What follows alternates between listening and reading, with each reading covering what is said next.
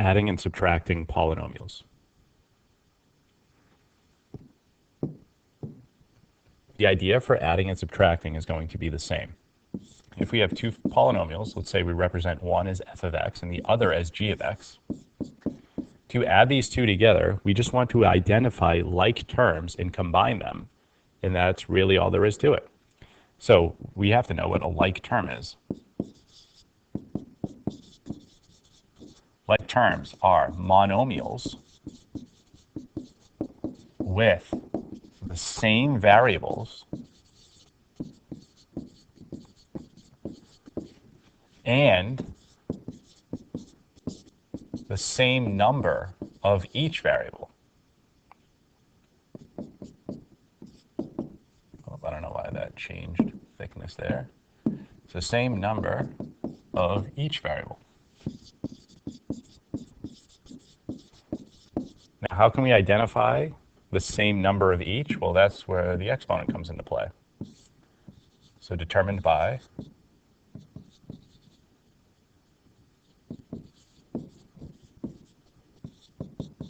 the exponent value. Okay, so we've already defined what a monomial is and a polynomial is in a previous video. So we already know the exponents are going to be non-negative integers. And that will tell us how many variables of each type are present in the monomial term.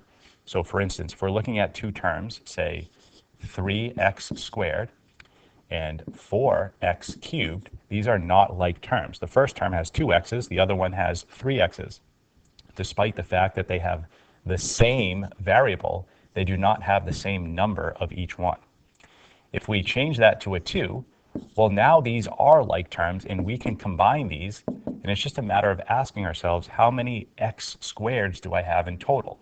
Well, I have 3 and I take another 4 for a total of 7 x squareds. But let's look at a more complex monomial term. Let's say we have x squared y z to the fourth. And then we have minus 2x squared y to the fourth z. So these two terms have the same variables in them, x, y, and z.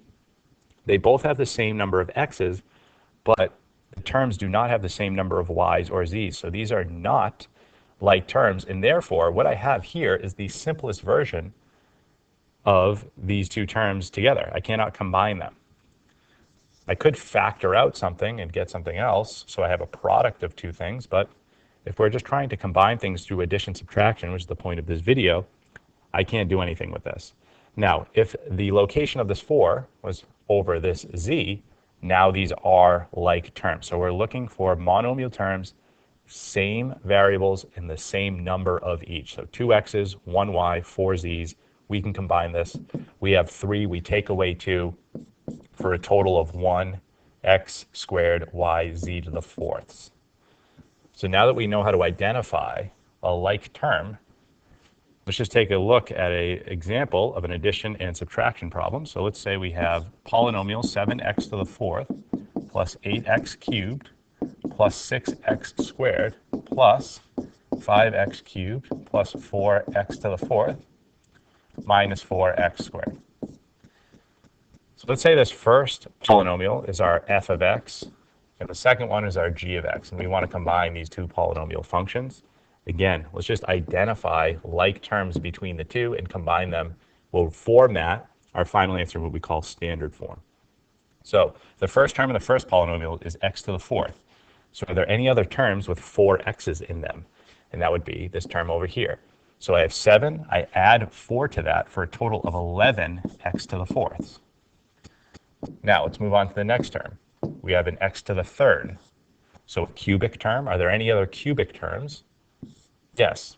Okay, so 8 and 5 make a total of 13 x cubes. And then lastly, we have quadratic terms, which have 2 x's. We have 6, we take away 4 from the g of x for a total of 2 x squareds.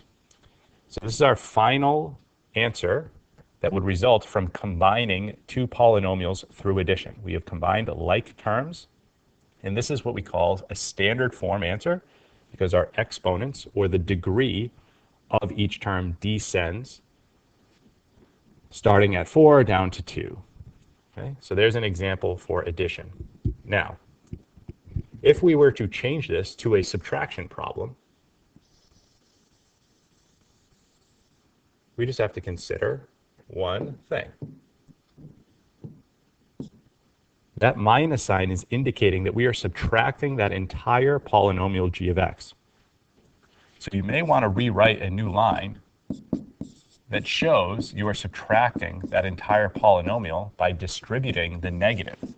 So each term is actually the opposite sign of what's shown in that polynomial because we have to subtract that value. Once you have reformatted, now it becomes a matter of identifying like terms. Oh, sorry, this is the third. And writing your answer in standard form. So combine like terms where we can. We have 7 minus 4, so 3x to the fourth. And then the cubic terms, we have 3x cubed, and then 10x squared. So you can see a much different answer with the subtraction problem.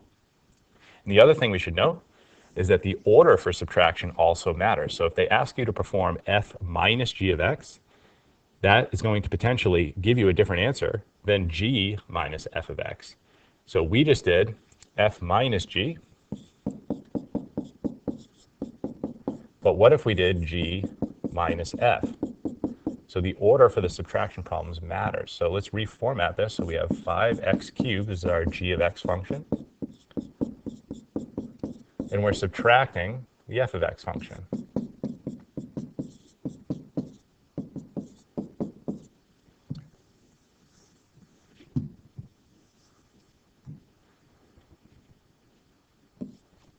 So when we subtract, let's say it just said, sorry, this was our g function. It said find g minus f, and it gave you the polynomial separately. So it didn't give you this line here. What we want to be able to know or show, so let me reformat this. So let's say the problem said g of x equals 5x cubed plus 4x to the fourth minus 4x squared. And f of x was 7x to the fourth plus 8x cubed plus 6x squared. And the problem asks you to find g minus f of x. What I want you to get in the habit of is that when it asks you to subtract a function like f of x, and it's represented with multiple terms. So if there are multiple terms in a function, you are subtracting that function. It is super important that you put that function in parentheses to indicate you are subtracting the entire function. Okay, so these parentheses I have around this are very important when it comes to what the actual final answer is. If those were not present, and what I'm writing there is I'm just subtracting the 7x to the fourth piece and then adding on this and adding on this afterwards. But I want to subtract this whole thing. So that notation is important when you see that you are required to subtract a function and it gives you function notation as opposed to this line, and you have to come up with that line on your own, it's important that you put parentheses around the function you are subtracting to show that you are subtracting that entire thing. Then we would just distribute the negative.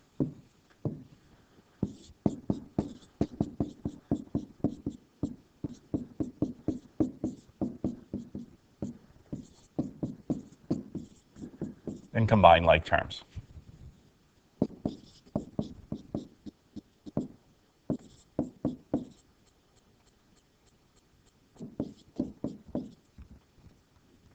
Oh, minus 10. So you can see a different answer based on the order. And there is a video on adding and subtracting polynomials. It's just a matter of combining like terms, and we defined what like terms are. So now that you will be able to identify what you are able to combine and what you are not able to combine through the operations of addition and subtraction.